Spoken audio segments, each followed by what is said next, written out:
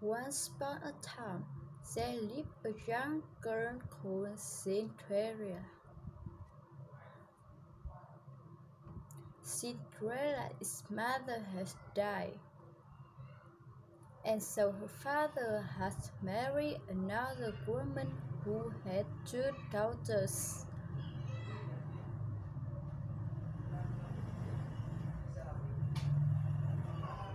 One day, Cinderella's father went to work and never returned. Cinderella was left at the mercy of her stepmother and two stepsisters who made her do all the work of the house. Cinderella, it's morning already. Where is our breakfast? Just a moment, stepmother. I'm just bringing it out. As soon as Cinderella had left the breakfast, the stepmother and stepsister started eating it. Cinderella served her own plate too, and was about to eat when her stepsister pushes her out plate away. Jack, I hate it. Yes, now that you mention it, it really is horrible. Mother, do something. Do something. Cinderella, are you trying to kill us? What kind of food is this? But stepmother, I have made it the way I always make it. How dare you agree with me? Go and make new breakfast for us. Don't you dare do anything else till we have had our breakfast. And this is what went on in their house every day. The stepmother and stepsisters troubled Cinderella without any reason.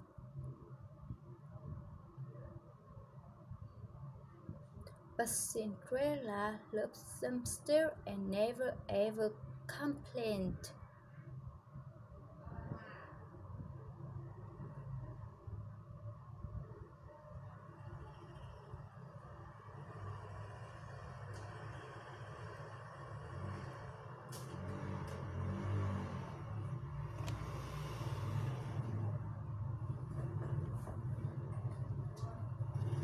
One day, an announcement was made in the village.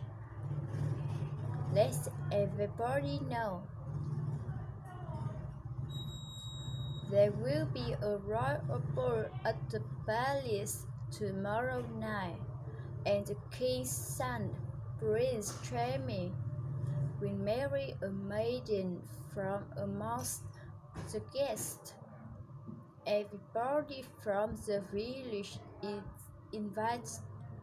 The whole village was excited.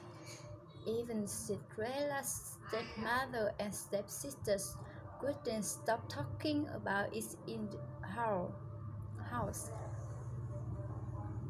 And that's how Cinderella found out about the ball.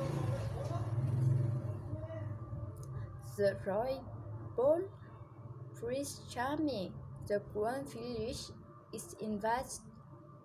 I will finish my work quickly so we can all go together. Won't it be just wonderful? You, who said anything about you going? You will stay here and polish your shoes till you can see your face in them. And so with a heavy heart, Cinderella saw her stepmother and stepsisters dress up and left for the royal ball the next day.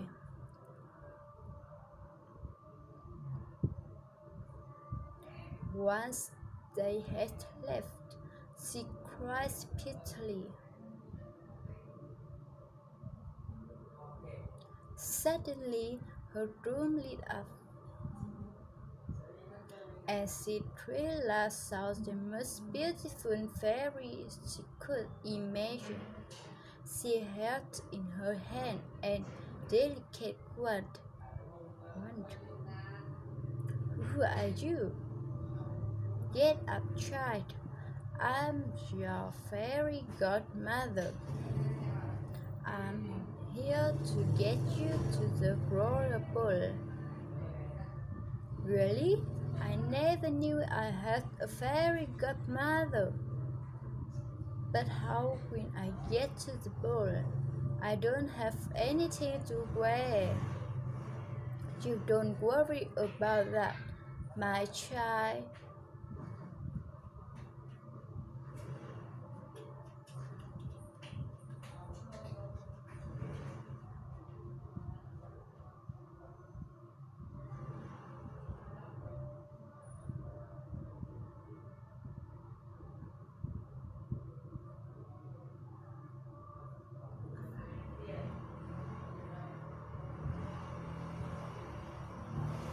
And so, in just a few minutes, Cinderella was ready for the royal ball.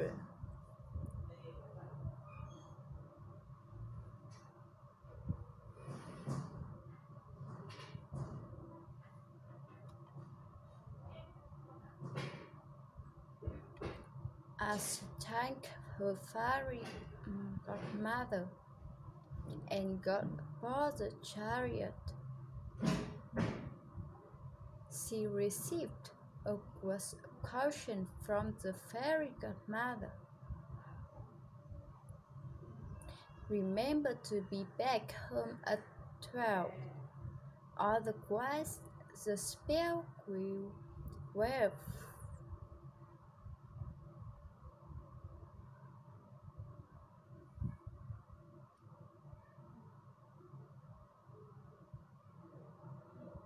Soon Cinderella arrived at the palace.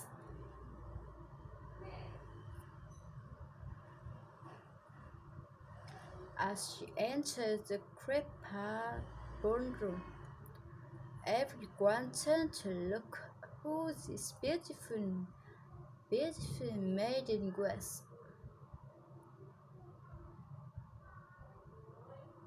Nobody could recognize her.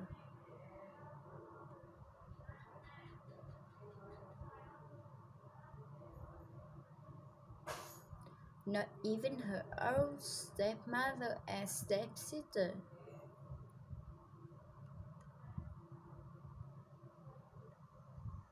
Prince Charming walked to her.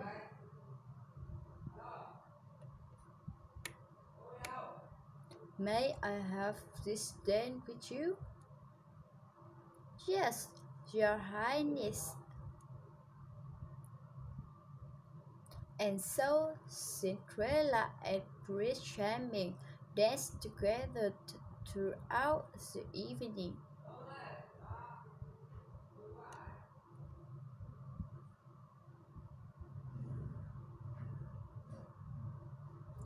Till Cinderella heard the clock time. Fairy godmother's voice came back to her. She needs to get out of there before the clock strikes 12.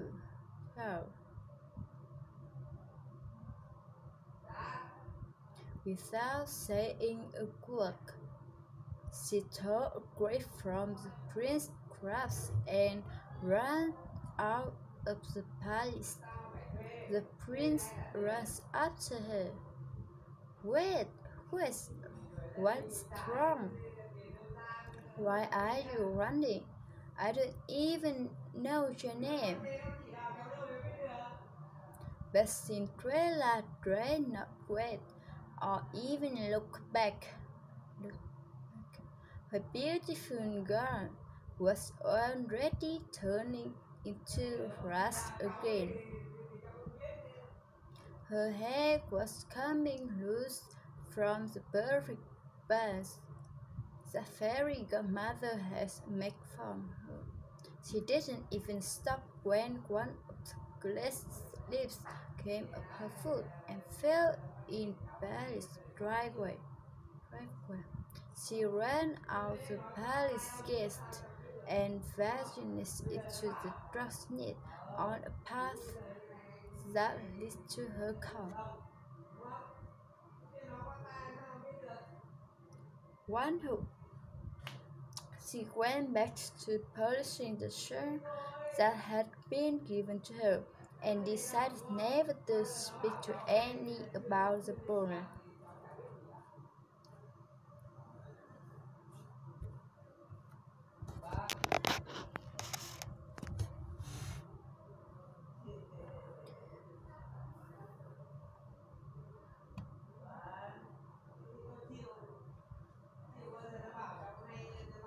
A few days later, two men from the palace showed up at the door. The lady that Prince Charming fell in love with left behind her glass slipper at the royal ball.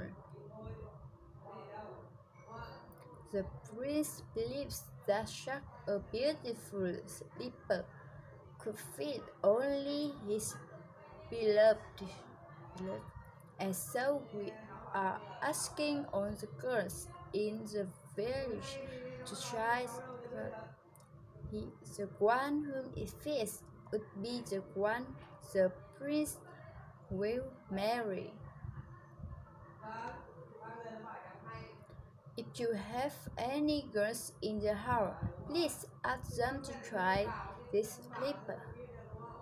Oh yes, I'm sure it was one of my daughters. The slipper who fits one of them.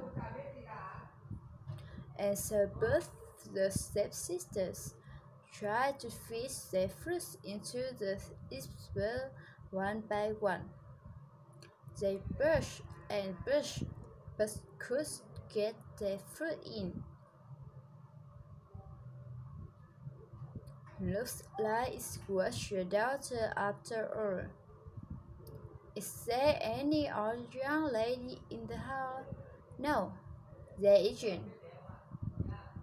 You can leave. As the king's men made ready to leave, suddenly the door of the house was torn open, and Prince Charming himself stood there. Who is the beautiful girl in the upstairs window? Madam, you have lied to us. I demand that the girl be comforted and try to sleep her. Yes, but she is only a servant girl. Nevertheless, Cinderella, come down here at once. Yeah, stepmother. The moment Prince Charming saw Cinderella, he knew he had found his beloved. He took the slipper from the king's maid and slipped it onto her foot himself.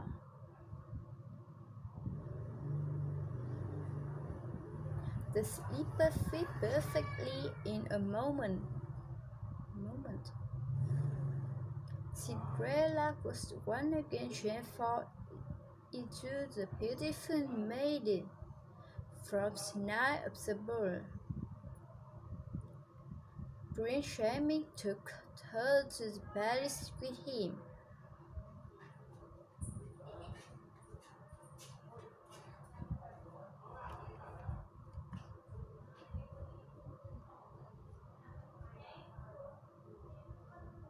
He ordered that the stepmother and stepsister be punished for lying to her king's men and treating Cinderella so badly and cruelly. But being the kind-hearted person that she was, Cinderella asked for them to be forgiven. The prince fell in love with her even more for her generosity,